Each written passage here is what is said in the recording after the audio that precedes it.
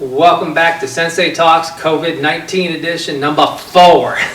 Sorry, it's been a long few weeks. I really miss you guys. I miss all my students. I'm doing good. The dojo's clean. The dojo's been serving its purpose pretty well, getting these videos done and stuff, but it's just not the same. It's too quiet in here. I walk in and it doesn't smell of sweat, and I miss a lot of things, but I just really wanted you guys to know that most of all I miss you, and I can't wait to see you guys here before long. You know, my students, you guys are my lifeline. I mean, you're my blood. Karate's my life. This is why these videos have been so heavily worked on and gone over, etc., etc. Today's Sensei Talk, we're going to talk about the 3 Ds of self-defense. They are outlined in your books, they're outlined in your curriculum things, and there's something that you really need to understand. Really quick before I get into that, my background in self-defense. I started out like everybody else doing karate as a kid and a teenager fighting point karate tournaments. By the time I was late 18, 19 years old, I was doing kickboxing, which is stand-up, full contact. And then one day I decided to apply and become a correctional officer, so I went to work for the jail, and then I got introduced to pressure point control tactics from Paul Weitzel. And that kind of led me in a different path as far as my self-defense understanding goes. The PPCT system was very, very valuable at one time. It's had to be modified because police officers are under different restraints as far as that goes, but it wasn't designed for civilian use. I would take everything that I could learn from that, learn from doing things with the hand-to-hand combat training I did with the military, the Marines, and the Army, helping out teach some classes for them, as well as teaching a lot of law enforcement classes over the years, and figure out a way to adapt it to teach my students, because you guys can't really do what they do without getting in legal situations. So the 3 Ds developed because of that. The 3 Ds of self-defense, they are determine, decide, defend, or destroy. We'll get to that destroy in a second too. Most important one is that first one, D. A lot of other places out there that will refer to this as awareness. That's not just being aware of a person that you're afraid of or aware of things. This is when you walk into a place that you're not comfortable and trusting that gut feeling and being aware of what's going on. You're meeting somebody for the first time and you get that bad vibe from them. That's awareness. You need to pay attention to what your body, your mind, your heart, and your soul and your gut are telling you. Awareness keeps you out of a lot of bad situations. Don't go out and think, hey, I'm going to go in this bar, I'm 22, yeah, I can handle, I'm a big bad boy, blah, blah, blah, because you might get in an argument in there, but that doesn't mean when you leave that bar, they won't be waiting for you outside with 5 of their buddies. Or they won't walk up and crack you in the back of the head with a crowbar. One of the things that I came up with from the years that I spent balancing in bars and working security in bars was I always tell people, I don't care how big and bad you are, a crowbar to the back of your neck can solve a lot of problems, and it can kill you. So don't be a tough guy. Be a smart guy. Be a caring guy. Be a good person, and train to be ready to use your skills when you don't have a choice. You got to determine. Okay, so say I'm standing here, we got our buddy today, Bob, Mr. Body Opponent Bag, and I noticed that he's staring me down. And I might be talking to a friend over here, now the corner of my eye, I see him staring me down and everything. And as I'm having my conversation here, and I don't know what this guy's problem is, maybe he doesn't like me, maybe he's drunk, maybe he's just a downright big old jerk, I don't care. And all of a sudden he starts walking towards me and everything, I'm going to immediately make eye contact with him. I'm just going to look him right in the eye. I'm not going to say anything. I'm just going to make sure he knows that I'm not a victim by making eye contact with him. I might go back to looking here, but I shift my weight so that I can see what he's doing and I'm ready. So that way, if I'm standing there talking, all of a sudden he starts coming in closer, I can push him away. Buddy, what's your problem? And he knows I backed away. These are all parts of that determine thing. Am I at risk? Is this person really going to hurt me? Are they mad? Are they taking a stance? Do they put their hands up? Are they getting ready to come in? Are they shifting their weight? You know, determine, am I really going to be at danger? I'm walking out to my car. Why are these 2 guys following me? It seems like they're being silly or whatever, but I'm going to turn and make eye contact with them. I'll make sure they know I'm there. Determine, am I at risk? Take a risk assessment. Be aware. Okay? So I've determined that Bob's staring me down. Bob don't like me. There's something that I did wrong or some reason why Bob don't like me. One of the things I will share with you, I'm a black belt. I own a karate school. All it takes is for the people to get drunk at a bar. This is why I don't go to bars. Find out that I run a karate school, and they start messing with me, and they start picking on me, and that turns out bad for them every single time. I should avoid that at all costs because I'm a karate instructor. I don't go to bars. I don't want to get in fights. I don't want my name in the newspaper. Karate is a military art of self-defense. It's not to go out and beat other people up. It's only to protect and preserve your own life, never to attack others on your own initiative. You got to keep that in mind. The warrior spirit is about being prepared for battle, being ready for battle, but not applying it until we have no choice. Please keep that in mind. So we've determined Bob is staring me down. Bob don't like me. Maybe it's an old beef. Maybe he's something about it, whatever. I have to decide, what am I going to do? He starts coming at me. I make assumption. I'm watching everything he does, how he shifts his weight. I got to determine, is he right-handed, left-handed? And all this stuff's going to be flooding in your head. Thousands and thousands of thoughts. Your heart's going to start racing. Your adrenaline's going to start pumping. And you're going to start getting into that defensive mode, that fighting mode. Okay? And you're talking, and all of a sudden he's shifting his weight, and I see his hands starting to come up. So I, bam, defend myself. Very important. When it comes to deciding, there's a lot of factors on this because I also have to be aware of Bob's three buddies standing over there, or his friend that's backing him up. I'm standing here and he starts coming up. He thinks he's going to come in and hit me and everything. And I notice that his other friend's standing right here. You know, what do I do if he comes in and I take him out? I have to be ready for him. So he comes in, bam, me, and I look over here and this guy's standing there getting ready to punch. Back off. That's part of these two aspects. Okay? But I got to decide on a course of action. Is he going to grab me? Is he going to punch me? Is he going to kick me? Is he going to tackle me? Is he going to try and throw me? Is he going to spit on me? Is he going to smack me? Is he going to shove me, push me? What is he going to do? I got to have all these things going through my head. And not only am I thinking, here he's going to push me. I can see he's getting ready to speed up. He's coming in to push me. Okay? I'm not just thinking he's going to push me because then I'm going to get pushed. That's how that's going to work. I'm thinking if he comes in to push me, I'm going to shift my weight. I'm going to do this. I'm going to do that. I'm going through a decisive course of action. If he starts to bring his fists up to punch me, I'm going to do this. I'm going to do that. You're going through all these things in your head in this deciding factor area. Okay? This is what some places, and I like to call it this, my P-O-A, plan of action. I got to have a plan. Okay, I got to have a plan. Somebody's trying to hurt me, I got to have a plan. So I have determined that I'm at risk. I have decided on several different things based on what he's doing that I'm probably going to need to be ready for.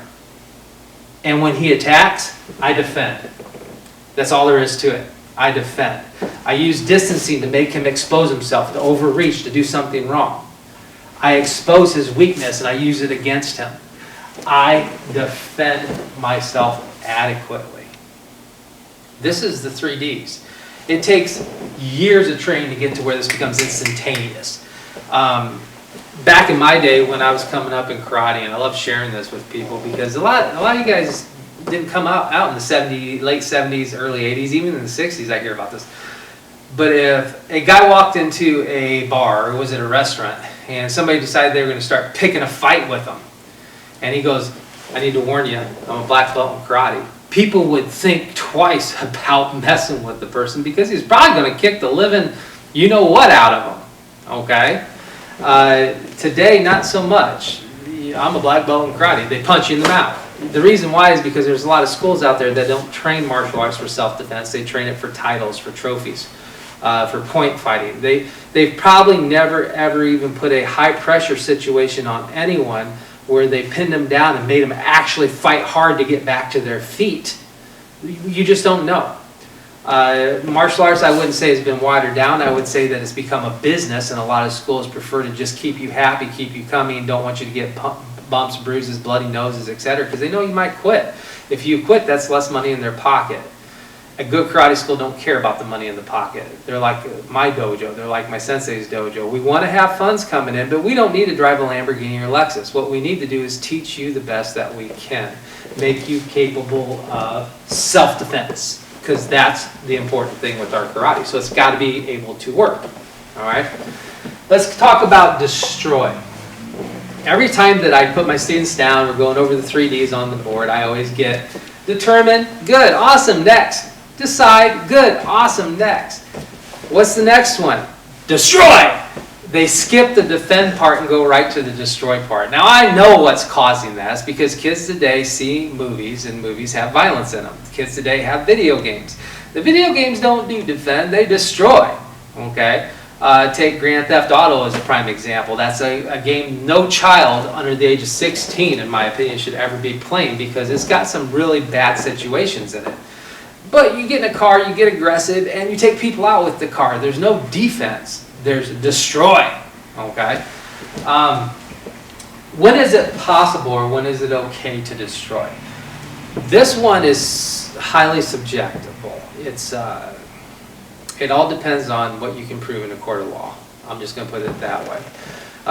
If you go out and you get in a situation and you break somebody's arm in a fight, you have to prove in a court of law beyond a reasonable doubt that you had no choice but to break that person's arm. I'm going to say that again, beyond a reasonable doubt. Attorneys are great at finding ways to establish reasonable doubt. All right? There's a lot of rumors and urban legends out there. If you're a black belt, your hands are registered. Well, I've been a black belt since 1987. Nobody's ever asked me to register my hands as a lethal weapon, because it's not true. That if I go to court because of the fact that I have martial arts training of such a high aptitude of 40 years and I'm a 6th degree black belt, master, whatever rank you want to call it. I don't consider myself a master, but that's what they usually call Roku down and above. I should have walked away. I should have not had done this. I should have not done that. Attorneys will play that against you if you've trained in martial arts. They will. And rightfully so, because as a martial artist you should know better.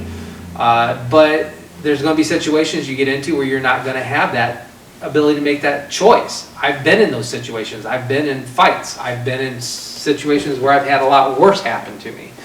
It just happens, okay? And you got to defend yourself with adequate, responsible force to get away and go home safely. And that's what you're going to have to prove in a court of law. I did what was necessary to get to safety. I was fearful. I was afraid. I was scared for my life, and I did what I had to get away.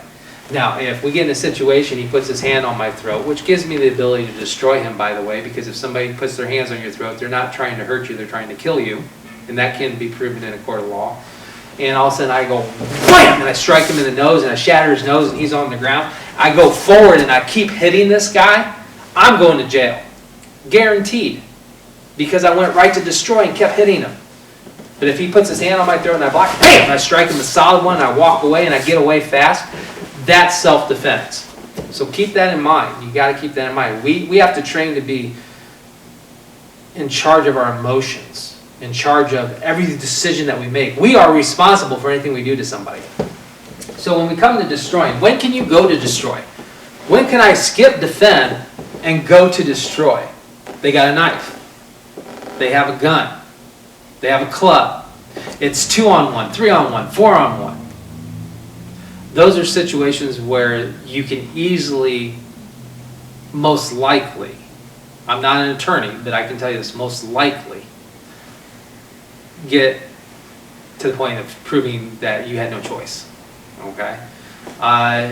Those are situations where you can go right to destroy. Now, I'm going to cover something really quick. They have a knife, they have a gun, they have a club. Your best bet is to turn and run. It is never to stand there, okay, he's got a knife, I'm going to defend myself. You know, I'm waiting, here comes the cut. I got cut. There's a lot of different aspects when it comes to knife fighting. I've been in a couple knife fights. I have taken a lot of training when it comes to knife fighting. The first rule is you will get cut. You will get cut. If you think it's going to be like the movies where you can hup, block, do a little Wing Chun stuff on them and make the knife go flying, it's not. It's fast, it's vicious, it's scary. And I've been training a long time. It's scary to be in a knife fight. I got cuts. So don't get in that situation. If they pull a knife, take off and run. If they pull a gun, give them whatever they want. Here's my billfold, here's this, take this, here's my car keys. You know, don't you touch my Camaro. Just kidding. This is how it works. Okay?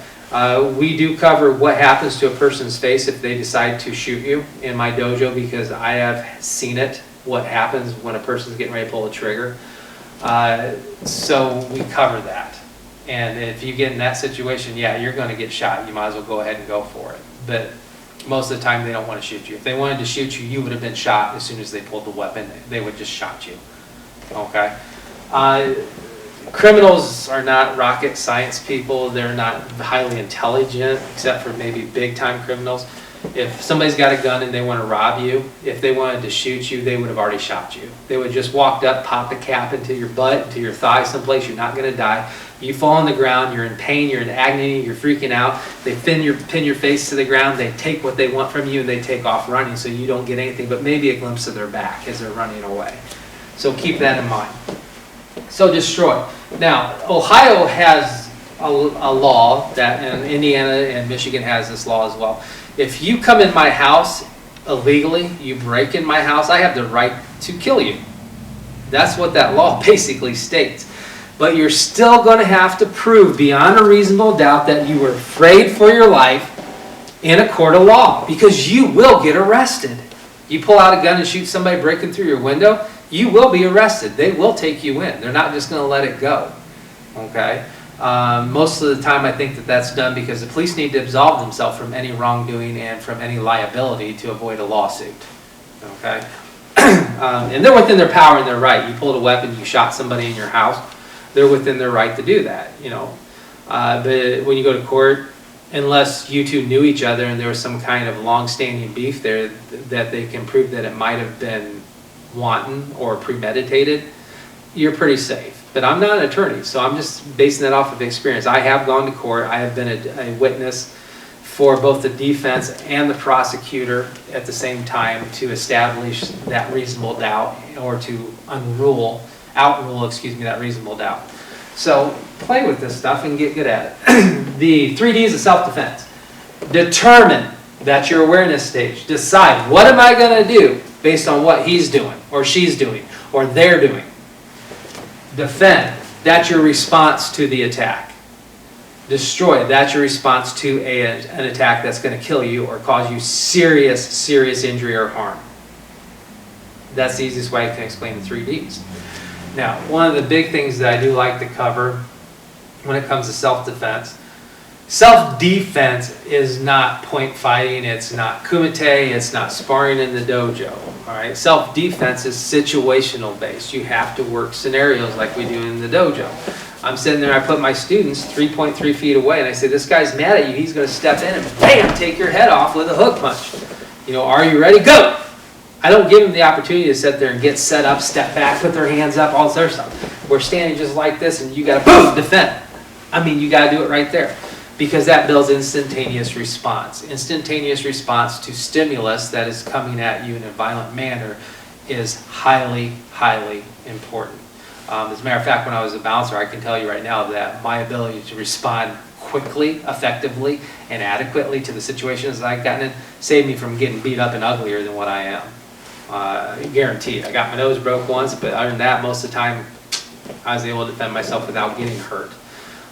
Very important. So that situational awareness is very important. Okay, these are some very valuable things, the 3 Ds of self-defense. They're in our packet. We go over them every time we do self-defense in the dojo. We always talk about determine, decide, defend, destroy. How can you do this at home? How can you role play this at home? Got a brother, got a sister? Have them act like a bad person. You know, have them act like an idiot, a jerk, a bully. For lack of a better term, an you-know-what person. Okay? Have them get right up in your face. You know, but you need to do it safely. Don't hurt each other. You know, that's kind of a big thing. You know, you need to play it out, but be smart about how you do it. If you get injured, you can't train and you can't get better. So be smart about it. Now, in my dojo, we start everybody out with light contact. By the time you're a brown belt or a black belt, we can throw a full power hook punch at you. And if you get tagged by it, that's your own fault. And you know that, and you accept that responsibility. You're like, oh man, my eyes are going to be black tomorrow. I should have blocked that. You got to build that up. That comes from training over time. You can't just throw somebody into that situation in the dojo. You know, even I've had even police officers come in and they had no idea what was going on and they freaked out. So it's going to happen. You know, training self-defense is something that does require an instructor. It requires an instructor that knows what they're doing. Somebody who's been in situations where they had to get out of that situation using their skills or have had to apply their skills. It doesn't require an instructor who's been in and out of jail for fighting, because that is going to teach you some bad things. All right. Now, that being said, I have trained with some people that their self-defense understanding, knowledge, and ability was outstanding, but they learned it in prison. Okay? And when they got out of prison, they reformed. They never went back to prison. Those people, they paid their debt to society. I have nothing against them at all. And the knowledge and the information they gave us when I was doing some of the classes that I did for bodyguarding and other things, it was invaluable. But don't, if you go to a school and the instructors keeps getting in trouble and keeps going out and getting drunk and getting in fights or whatever, doing drugs, dude, run away from that school as fast as you can. Sure, you might be able to fight, you might be a tough guy, but you're also learning from them the exact opposite of what karate's about, which is being the best person that you possibly can be and treating others the way you want to be treated. So keep that in mind. Self-defense is not it's not an easy thing to teach. It's a very tough thing to teach, but it is a worthwhile thing to teach.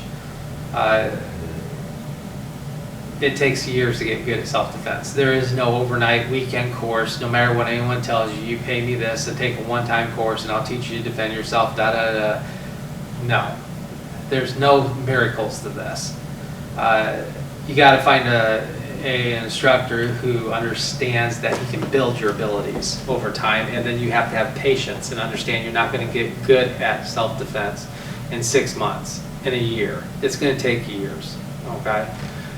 Anyone that says anything different, they're just trying to sell you something. You know, I've been doing this for 40-some years. I was a bodyguard for several years.